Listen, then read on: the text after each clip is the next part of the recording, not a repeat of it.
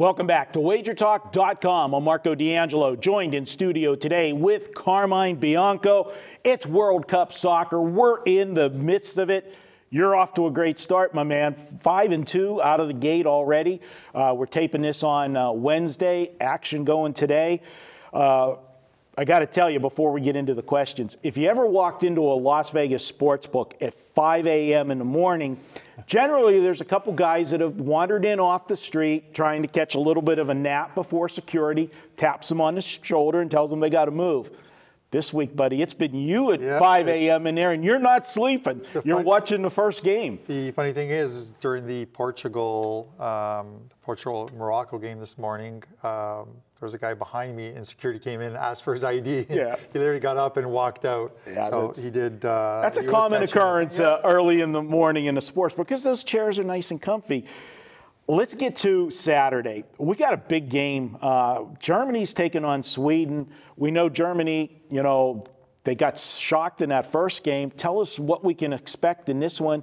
And this is a game that, you're looking at? Yeah, it's. I'm definitely looking at it. It's a surprise. I actually watched that game while I was in the air flying to Vegas, and you can look at it a couple ways. You can say Germany looked flat.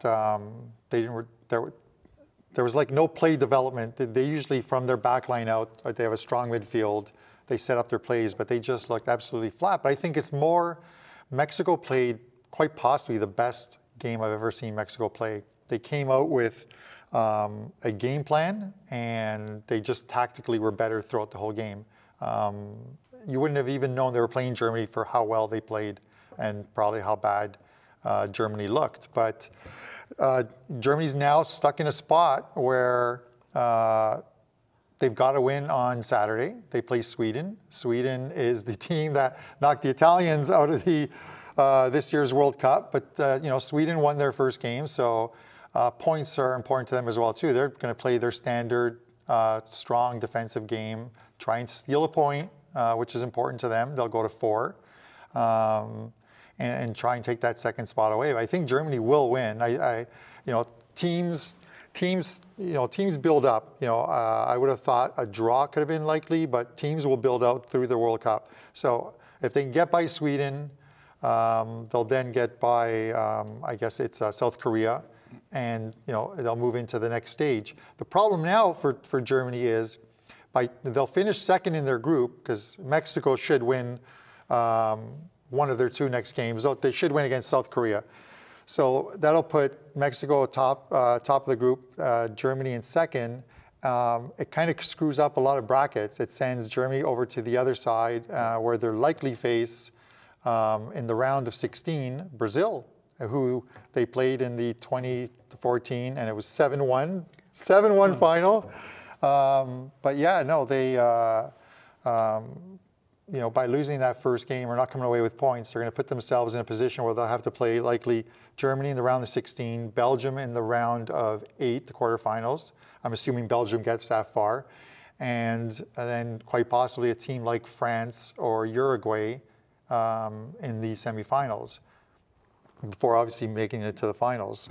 So they've put themselves in a tough spot. I expect them to be a lot better on Saturday.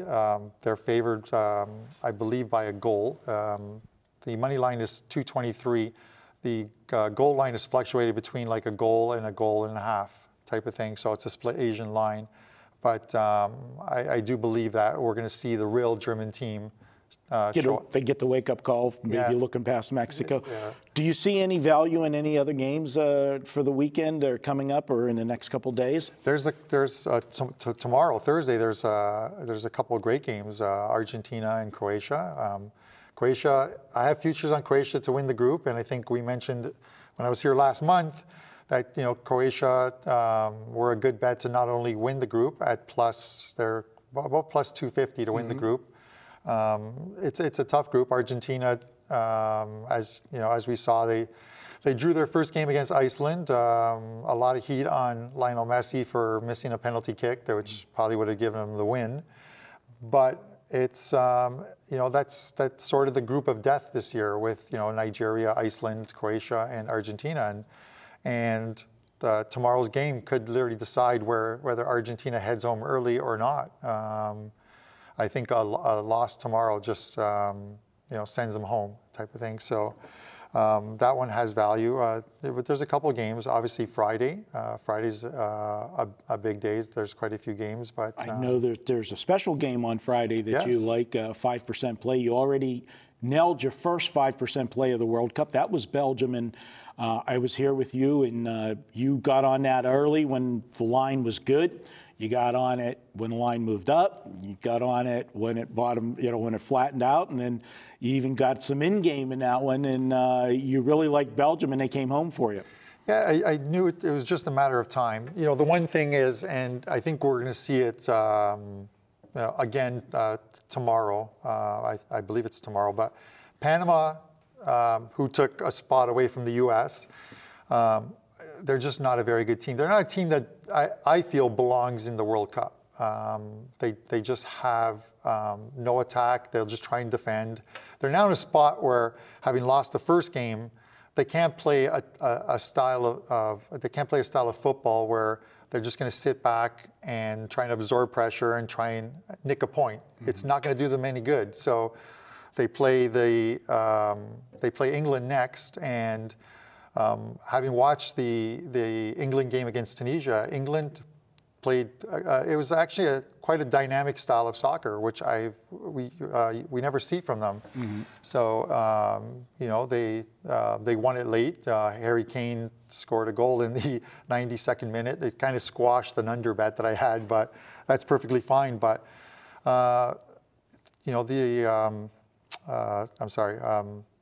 England should do the same thing, not a similar fashion as Belgium did, but they're going to get a good result against Panama as well too. Panama shouldn't be there. I think they're ranked 55th overall in FIFA rankings, and they just don't have that great a team. Well, I'm going to tell our viewers that they should head over to WagerTalk. Check out that 5% play that you got going. As we said, you're off to the 5-2 start in the World Cup, but heading into the World Cup, just incredible numbers that you've had. You had in the Champions League 2017 knockout stages, you had a record of 17-6. In the MLS playoffs, you had a record of 8-3. In the Copa America, you had a record of 11-6-1. And in the Euros, your record was 17-8.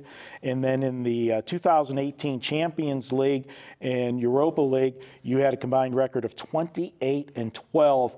Now, they can either pick up that game on Friday by itself for $30, the 5% play, or we've got a special offer for the rest of your World Cup package. They can get all of your plays at WagerTalk throughout the World Cup, and you're also throwing in a bonus in that package, correct? All MLS plays. The next MLS took a bit of a break during the World Cup, but the season resumes on June 23rd. And runs about how long? And the season runs until like October, but they'll get all plays during the World Cup, and there's some really good games on that 23rd, 24th weekend. Cool.